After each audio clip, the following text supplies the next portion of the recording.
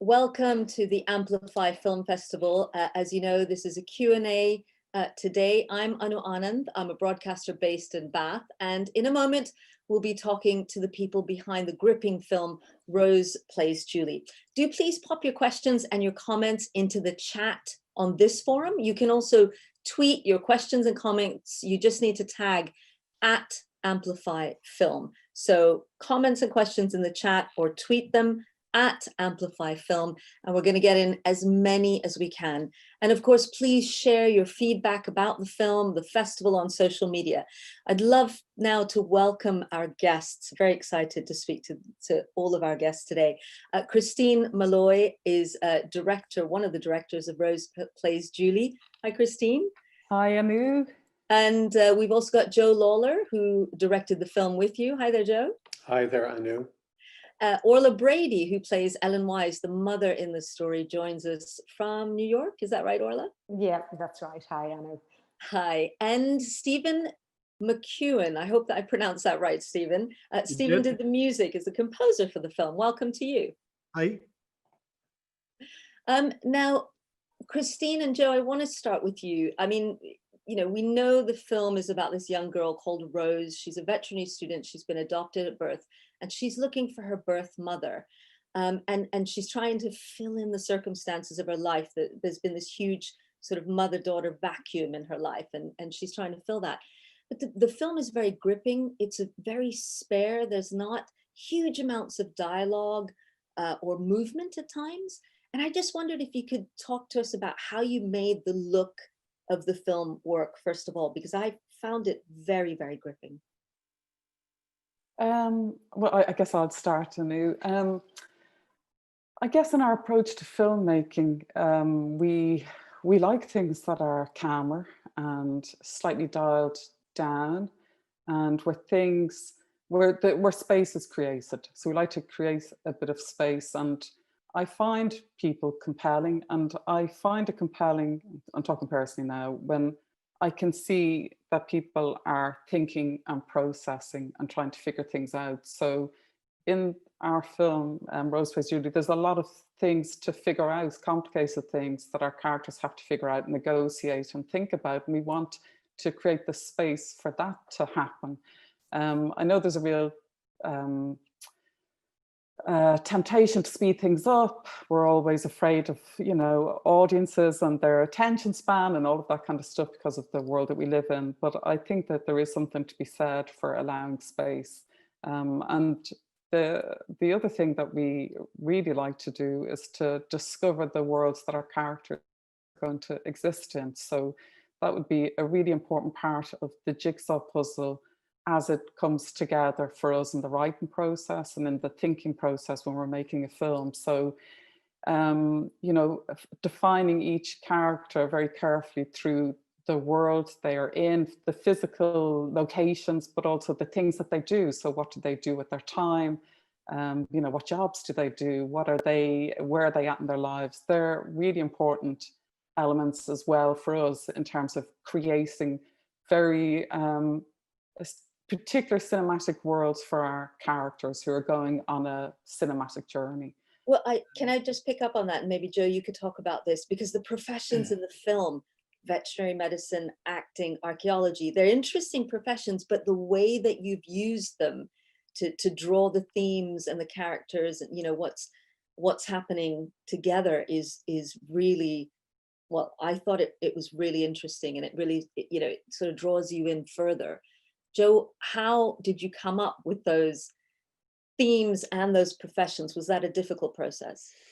That was a difficult process, but not in the case of Ellen Orla's part in terms of Ellen. The idea of somebody whose job it is to play parts and to play roles is something that we have, we're very drawn to, and not just in our own work. I mean, we've made work where people play out different parts for different reasons, but we're also very much drawn to films where somebody's identity might shift and they're also drawn to playing out roles. And I suppose the idea of somebody who's an actor, where they themselves inhabit roles and vacate themselves or their true selves to enter into someone else's world, we kind of like that a lot. And maybe Ellen prefers this at times, or at least it allows her to escape her own kind of difficulty of having to confront herself. Perhaps that's one of the motivating reasons for her to become an actress. Possibly that's for other people to kind of also conclude. We, in terms of Rose, we always had somebody working with animals, but we had somebody being a zoologist, actually. And for quite a while, there was a number of scenes involving a gorilla. And, but then we realized, actually, it's not that easy to get gorillas. And Ireland had one male gorilla who had died. And that was it. There was no others. And they weren't going to get another one. And then we thought, I wonder if you could, with the advances in technology, regarding CGI, what about that in terms of, and then you hear the numbers of how much it would cost to have a CGI fur. And then you thought, I wonder about those. I mean, we were beginning to think about those party shops when people could just dress in a gorilla suit. We were getting pretty desperate. And then we went and talked to this man, Rory Bretnock, who's the head of the veterinary school in UCD, which is the biggest veterinary school. It's like a functioning veterinary practice. And he said, actually, listen to your film, the story outline. I don't know if it's a zoologist you really require, but a veterinary science student. And once that happened, that begins to unlock certain things. And one of the things that it unlocked is the syringe. And prior to that, it was a scalpel. And that, because it was logical that you would end up with a scalpel if you went with a zoologist, but it was much more logical if you went up with a syringe with a veterinary science student. And that became much more intriguing, the idea of the syringe. And so little things about the jobs that people do, if you're interested in investigating what people's jobs are, you begin to look at the tools that they use and the metaphors that they are. Now, in the case of an archaeologist, that's not exactly a very subtle metaphor there. But in terms of following Rose, getting into the work and the kind of caring that they do, and the dawning realization that a lot of vets spend a lot of time putting animals down, and which is something we didn't know. And we thought, okay, I guess that makes sense. I want to, Joe and Christine, I want to come back to some of those themes, and specifically the whole euthanizing of healthy animals. I mean, there's a real tension there with Rose's character, and sort of having been sort of given away, and the futility of that, and what is going on in the module that she's doing. But I just want to go to Orla and to Stephen, bring both of you in. Orla, you play the actress, the mother who's given this child away and built a new life for herself. And there's that scene where the two of you finally speak in the middle of a forest, and there's just sort of bird song. It's silent. It's really beautiful. And that one sentence where you explain how she came to be it's so short, it's devastating, and it's factual. And I actually had to listen to it twice. I was, so did I hear that correctly? Was that, I mean, there's so much to your character, but just that one moment, I mean, how did you approach that relationship and that revelation? Was that difficult? Well, to begin with, I thought that it was a very fine piece of screenwriting. So often those moments are given a rather expansive speech, and it's not that is necessarily a bad thing, but there can be a great power to someone who cannot speak in any in-depth way about what has happened to them, but can simply remove themselves from it and relate. This is what happened. It's if anything, it's a feature of Ireland as it was until very, very recently. Now we are trying to speak of our truth, of our difference, of our experience, and of our hurt and pain and all those things that everybody goes through. But it certainly was the case that you didn't and couldn't before. And I mean, I could cite other screenplays where I've noticed this before, but sometimes there's just something as I don't know, just as succinct as that. It absolutely spoke more to me, and I hope to the audience, because there's so much underneath it and so much she can't do. And the effect of it, of course, is worse for the girl. And I think Ellen at that moment is not entirely sensitive to that. It lands. The responsibility of it, if you like, lands. on this young girl more. Am I wrong? Do you? That's No, Yeah. what I was going to just chip into, kind of add to that, it was written like that, but in fact, it wasn't really going to be played like that. That came about also through a conversation with Orla about where to pitch something like that. And I think sometimes when you're writing a screenplay, you're writing it so it might be read in a particular way, but you don't really have an intention of playing it like that because it might be a little bit too heavy-handed. And I think the landing of that line and how controlled it was, and how that you might actually have to listen to it twice, that it just would pass quite gently. I think that actually came out of a conversation with Orla about how a moment like that could be played. And because you can play lines in a variety of different ways, and you can emote up at level 10, or it could be down here. So I think that performance of that also, just to say that it wasn't simply the text, was also about a conversation with Orla about how something like that might be played. I thought that. And the other thing I just want to say, and I want to bring Stephen in, because the other thing I really noticed about the film is, you know, like the way the film looks, Stephen, that the music is also spare and powerful. And sometimes it's kind of the only thing that's filling the scene besides what you see, so that there isn't any other sound or dialogue. There's just music. You just see these two women kind of, the kind of devastating impact of both knowing each other and knowing the truth. And I just wonder if you could talk to us about the music. Sometimes it also just ends abruptly. I mean, was that difficult to compose? How did you compose for a film like this? Well, there was two challenges going into this. One was when I got the cut of the film, there was no music on it, and it was very clear that the film didn't, quote unquote, need music. So often you see a film and you can tell, here's all the places that we're going to have to use music. Rose-Pays Julie doesn't need music. If you took all the music off it would still be a fantastic film. So that was the first challenge. And the second one was finding a place for the music. First of all, you had the subject matter. And secondly, as Joe just said, the film is very calibrated. It's very quiet. There's a lot of silence. The characters speak quietly. The tension ratchets up very, very slowly. So trying to find how music would even start was a real challenge.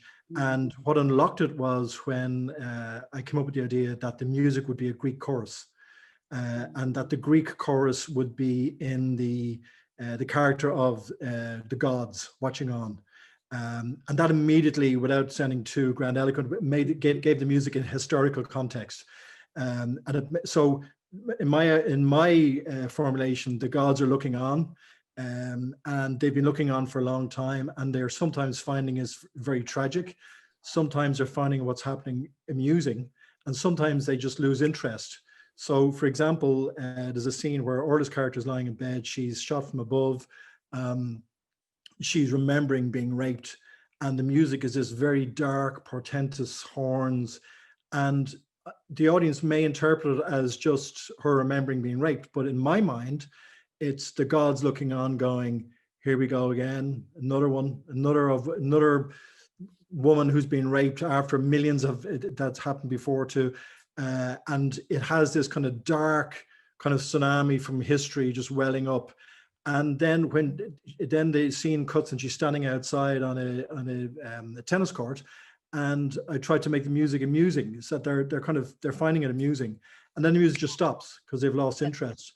Yeah. So so that kind of worked quite well in scenes like where Aidan Gillen's character has just attempted to rape his daughter, and then the music builds this huge crescendo and then just abruptly stops, but not in a cinematic way where in cinema, you know, normally when the music stops, it reverberates on and it kind of sounds a bit clever. We just stopped it. And suddenly all the sounds, his breath, him standing there appalled at himself, feels far more present and far more visceral. So we really honed in on that idea, that this idea that the music had a historical feel to it.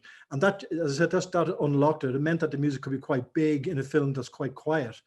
So that was the approach. And just as a kind of a slight kind of other nuance to it, I just made sure that all of the musicians who played on it were women.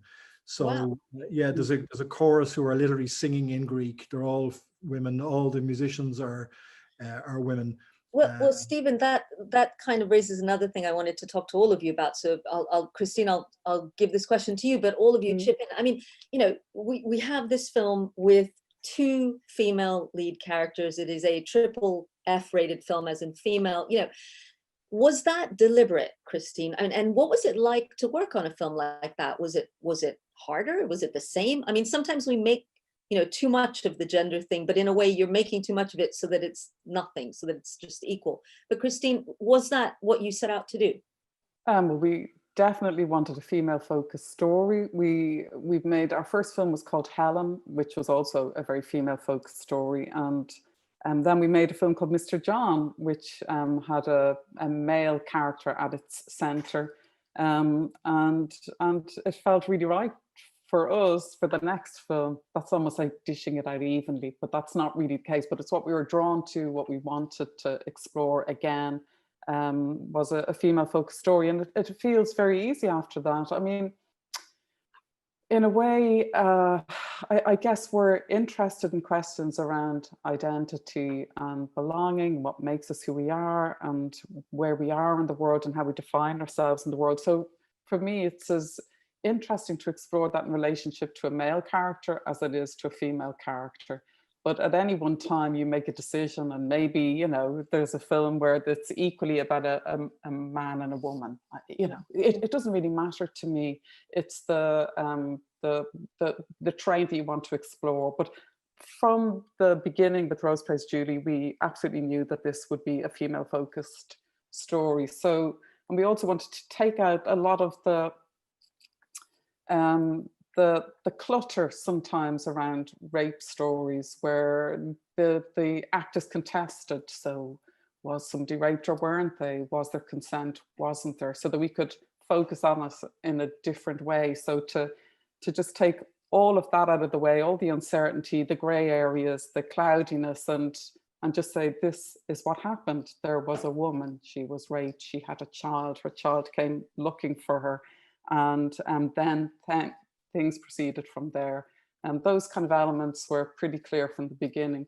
But I'm not saying that it doesn't matter to me, because it matters a huge amount to me, what stories get told, how they're told, who tells them. They're always really important.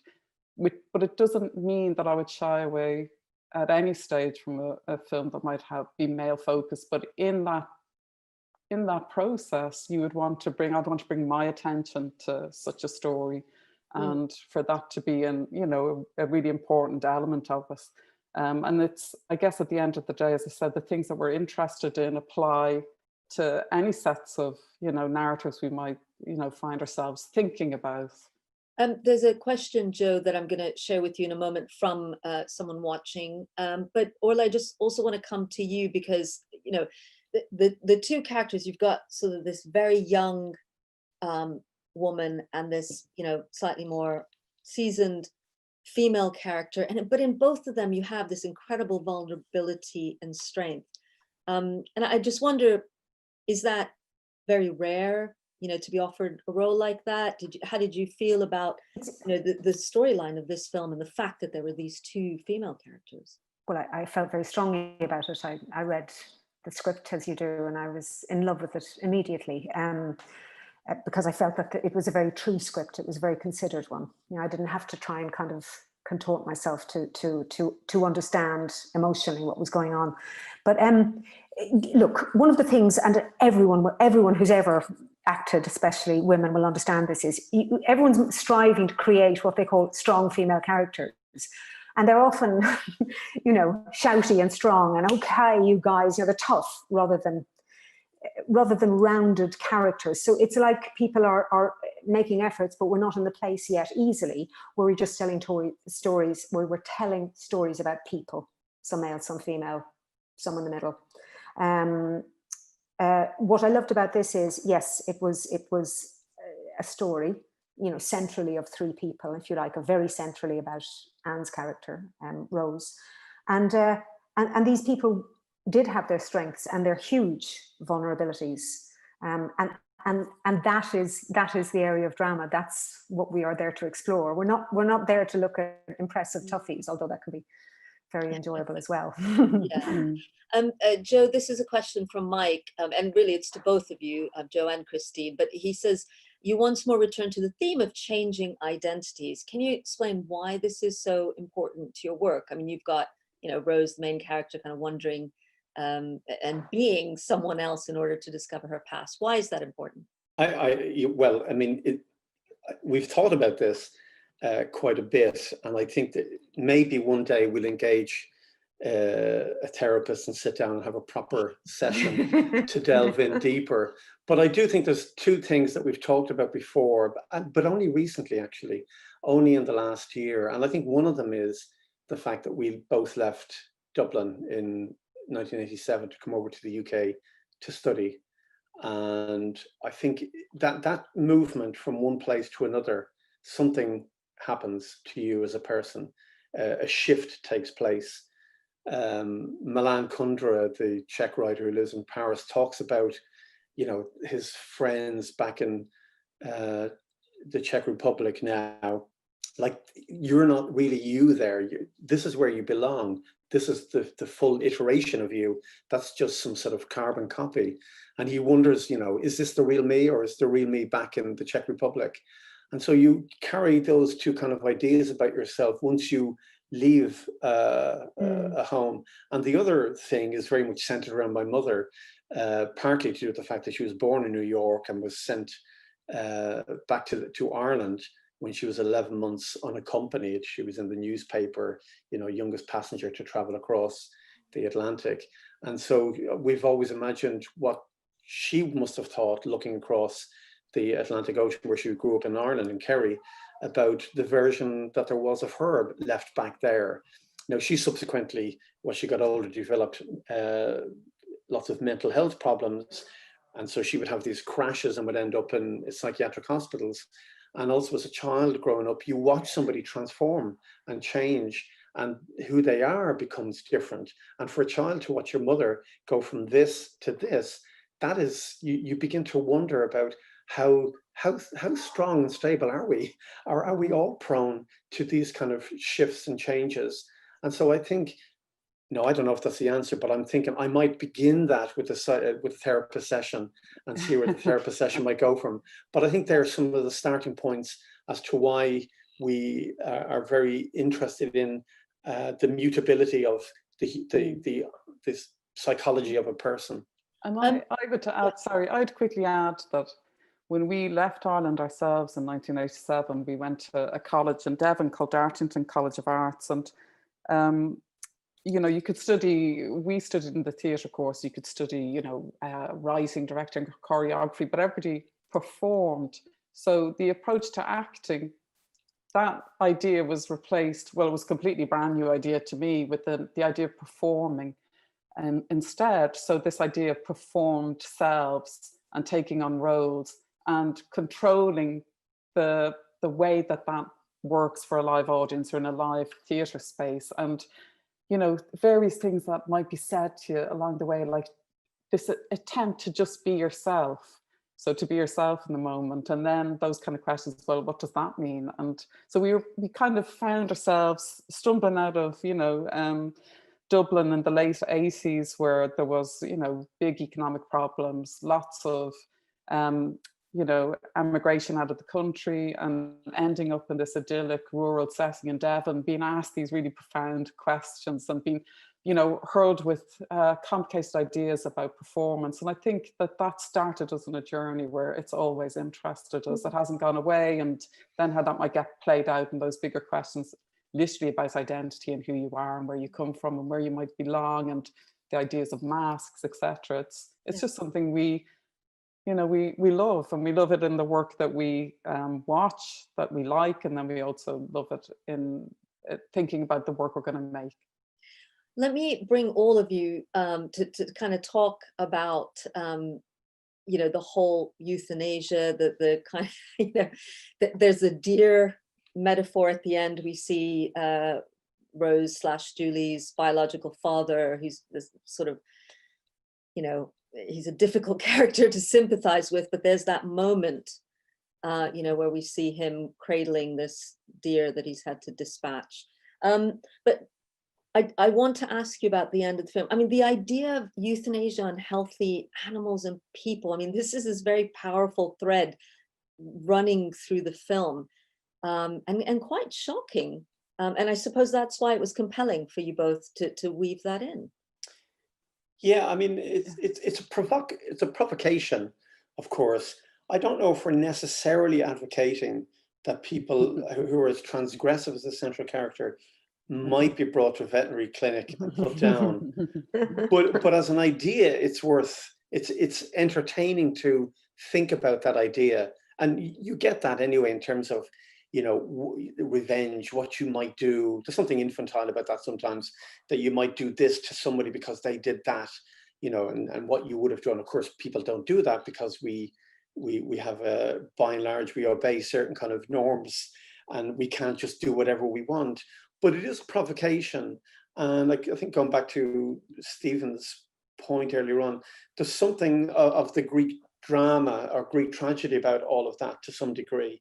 So things are sort of they're dialed up in terms of I mean, it's not social realism, nor is it a highly poetic, dreamlike film, but there's something not quite real about it, in the sense of this is a film trying to be part of a social realist filmmaking tradition that we know and understand in the UK, or Ireland for that matter, certainly in the UK, but it exists slightly more towards a European form of visual expression. But I think in terms of the content, I mean, on a technical point, you'd be amazed at how many healthy animals are put down every year. And certainly during the credit crisis, when the financial crisis happened, there was a lot of animals being brought to veterinary places and being put down. And I suspect that has not gone away in the current climate as well. So actually vets have to deal with that. So that's one thing, but the more substantive issue. I mean, Jo, sorry, just to jump in. I mean, I'm just thinking as you're speaking, it feels like, you know, Rose, her character, these healthy animals, the deer at the end, there's that sense of tragedy around lives wasted in some form. That's kind of what comes to my mind when I... Sure. And the caring... Is that the intention? Well, I think the caring of them, I mean, it's a bit like the scene with Orla and Aidan in the car. That's not so straightforward as, you know, revenge. There's something very strange that happens between them by way of a consensual act. That's a very weird moment to have happen. Orla, can you talk about that? Because, wow, I did not see that coming. I sort of thought, you know, this man would fight until the end. I mean, that's what I expected, that you know, he was going to turn the weapon on you. Did he deserve a sort of painless, merciful, collaborative end with, you know, with his victim? Well, I mean, look, she offered him his end. Sorry, I'm not trying to ask you a moral question. I suppose I'm just wondering how you felt about the scene. You know, it's not about morality. Absolutely. I understand. I guess what I'm saying is, although it's characterized sometimes as straight revenge, I don't think that's the case. I think I think there is an element of an offer of euthanasia. I think he is somebody who has clearly not realized his life in any way that's redeemable. He is not able to, and so there is that element of an offer and consent to a death rather than a murder. Now, that would not stand up in court, clearly. There was another element for me, and I'm slightly nervous of saying it because I'm not sure if I ever ran it by Joe and Christine, but I felt in myself leading up to that scene that Ellen knew that Rose was gearing up to do it, that she felt Rose was going to try to right the wrong, the ancient wrong, that she felt that on her shoulders. And so the only way to become a mother to this child is to deal with it as the mother and not let it rest on the shoulders of the child. And that was the sort of propulsion towards that scene. How it played out, she couldn't have known. And well, yeah. It's a beautiful film. I mean, it really does. It's gripping and it makes you think. I just want to bring Stephen back in. I mean, I know Stephen. I mean, watching it, you do the music, but you're experiencing all these emotions as well. I just wonder for you, how the collaboration with Christine and Joe. I mean, was it an easy sell? Was it just, did you all agree, okay, it's going to be this kind of Greek chorus, this is how we're going to deal with it? And as you do the music, do you deal with the other sound? As I say, like that kind of bird song, ethereal kind of bird song through the film, somehow it really works. It's kind of strange, but it really works, the whole soundscape of it.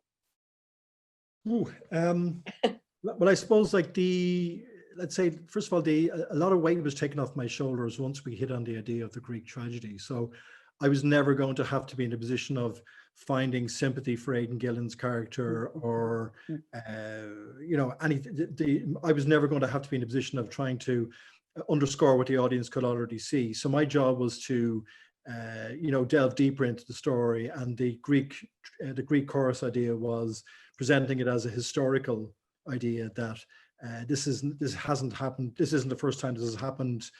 It's happened many, many times before, and it's going to keep happening. And it was myself and Joe sitting in a room initially, how it was come up with. I kind of put together a few different approaches to a couple of the longer scenes, and Joe came over to my studio for a weekend, and we just kind of listened to them. And then, as often happens, ironically, the very first thing that I had written was the one that I played him last, and it was the one that the two of us immediately went, "Wow, that's the way, that's what we want to do." And I still don't know why I did that, why I played him the best idea last, but once we got going, I would say like Joe and Christine are, by a factor of 10, are the most involved I've ever been with directors. Because you do a real variety. You do animated films as well. I mean, this is so different to, But I mean, it got to a stage where, I mean, I think we worked on the score for at least 2 months. And it got into a routine where I would write a cue in the morning time, send it over, because I'm in Wicklow, there in London, send it over, and then after lunch we would discuss it in depth. So we calibrated the score, you know, second by second. Every move, every moment of it was discussed at length, and it was really exciting.